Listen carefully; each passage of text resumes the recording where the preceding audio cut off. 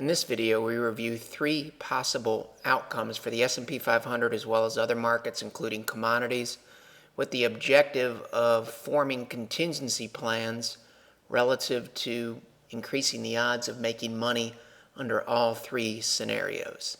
This is part one of a three-part series of videos. At any time during the video, you can use your pause button here if you want to go at a little slower pace. Part one, we focus on these markets. Part two, these markets. And part three, we look at copper, commodities, treasuries, and semiconductors. You are currently watching part one of the three-part series.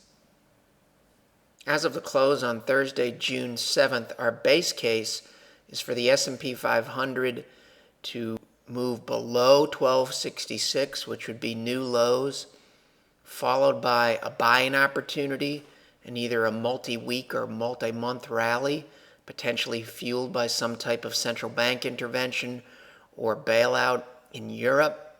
Unfortunately, that's step one of a two-step process.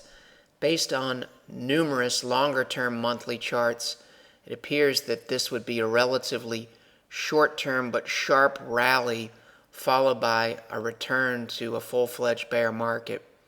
We can envision at this point, and all of these comments and outlooks are subject to change as the market changes, but we can still see the S&P 500 falling as low as 970. 1200 is a logical level, and there's numerous levels in between. These are scenarios that we outlined as of June 7th. It's extremely important. In an environment where we have an election coming up in Greece, we have a potential bank bailout coming in Spain, as well as a bailout for the country of Spain, and at any time we can have central bank intervention. Have to remain flexible, shouldn't be defending forecasts. When you start defending forecasts, you start arguing with the market, and that can be extremely expensive. This is a monthly chart of the NASDAQ Composite. This is a moving average in blue. Market tends to be bullish when the slope is up, bearish when it rolls over.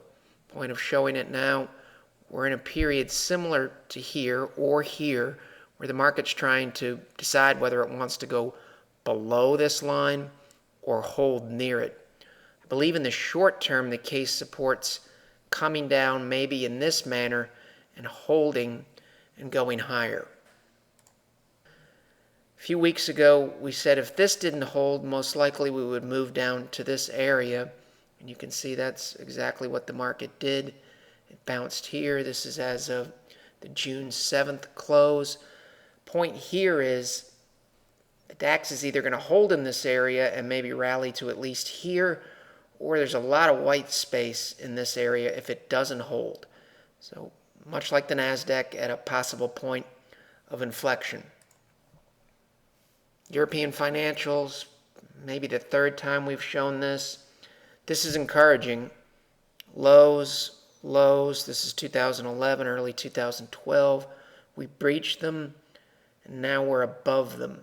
It's possible that we're going to come down here one more time, but the fact that we moved up here, and this candlestick especially, is encouraging. So right now, this is starting to shift possibly towards the rally camp.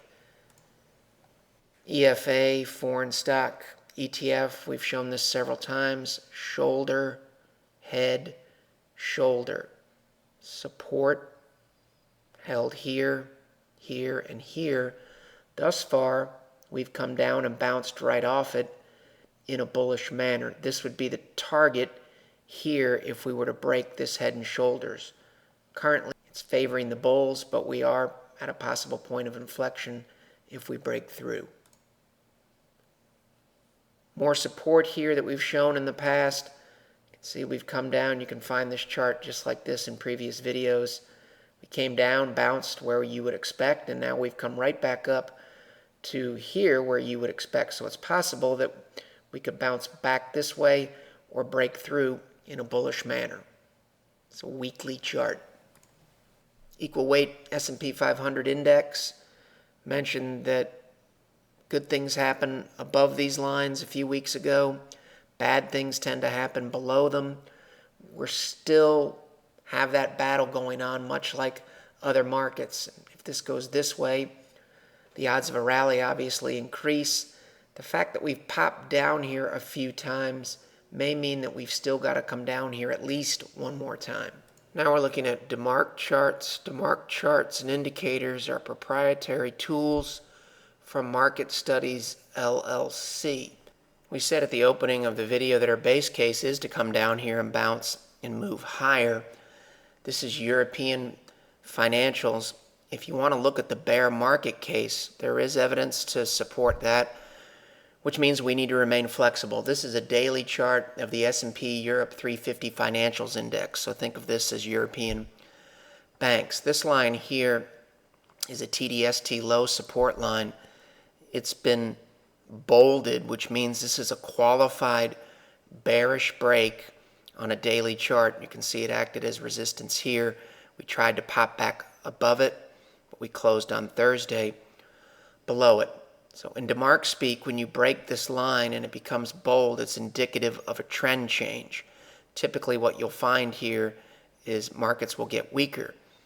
The good news is we did hold here at these propulsion targets, and the lowest propulsion targets now are actually higher, so that supports the bullish case. The other thing to be concerned about, you have to keep a balanced view in the markets.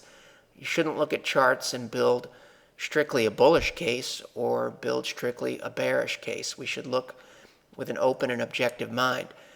Something to support the deflationary and bearish case, this would support blowing right through this and making significantly lower lows, similar to this qualified bearish break. This is the sequential daily count. We had a 9 and a 13. This bolded line here means that this was the DeMark risk level or stop loss level that was violated. And typically what that would tell you is that you're going to get an acceleration of your downtrend. That's the sequential count. That's the bad news if you're a bull. The good news if you're a bull is the combo count hit a 13 and the stop loss level or the risk level is still in play, and the market seemed to rally around that line as well as this propulsion line. So what we'd be looking for here would be potential weakness coming down into this area here. If this can hold, then we could get a very, very impressive rally. So we'll just have to keep an open mind about everything. Still believe the base case supports holding here and moving higher. We're going to get a lot of good information one way or another. Another source of good information is if these charts exceed these green, somewhat momentum demarcation lines, which says that the magnet, rather than being this point, would become this point up here. Quickly, another look. This is the EFA foreign stock DeMark chart, daily chart. Similar situation. We're stalling here, where you would expect to stall, potentially. And we've got a sequential count on a 9-10 and a combo count on a 9-11. This is a monthly chart of EWG, the German stock market ETF. This is somewhat of a mixed picture. This thin red line here is long-term potential support. So you can see the market held there last month, and this month we're flirting with that line right now and testing it. So the bullish case is that this line holds and we move higher towards this propulsion target of 25.24. The bearish case is that we move down towards this propulsion target of 16.92 on EWG.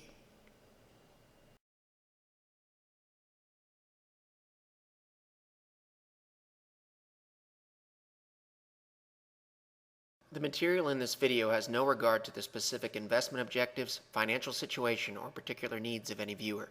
This video is presented solely for informational purposes and is not to be construed as a solicitation or offer to buy or sell any security or any related financial instruments, nor should any of the content be taken as investment advice.